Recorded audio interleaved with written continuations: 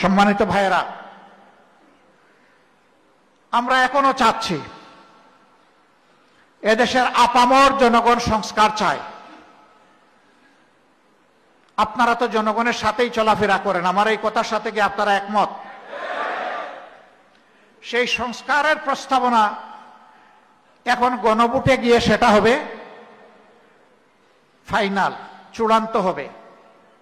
অর্থাৎ যারা সংস্কার চায় তারা বলবে হ্যাঁ, আর যারা সংস্কার চায় না তারা বলবে না। সংস্কার চাওয়ার মানে হচ্ছে আমরা অতীতের বস্তা পচা রাজনীতি থেকে বের হয়ে আসতে চাই।